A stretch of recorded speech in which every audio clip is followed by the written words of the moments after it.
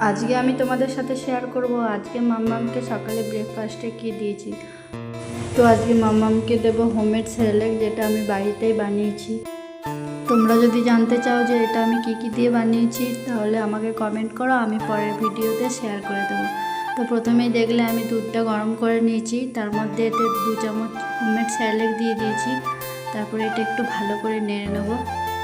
তোমরা চাইলে এটা একটা কলা অ্যাড করে দিতে পারো, আমি কলা অ্যাড করি, কিন্তু এখন আমার মামামের একটু ঠান্ডা লেগেছে তাই আমি কলাটা আর দিইনি। তো এখানে আমি অ্যাড করে দিচ্ছি মিষ্টির জন্য খেজুরটা আমি আগে থেকেই ভিজিয়ে রেখেছিলাম। তো সেটাই আমি এখন ভালো করে মিক্স করে নেব। আর আমি এটাতে গরুর দুধ দিয়েছিলাম।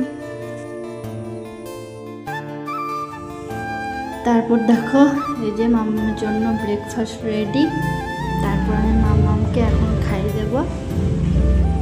তারপর খাইয়ে দিচ্ছি। ভিডিও ভালো লাগলে একটা লাইক করে দিও, আর এরকম আরও ভিডিও পেতে চ্যানেলটা সাবস্ক্রাইব করে দিও। ধন্যবাদ।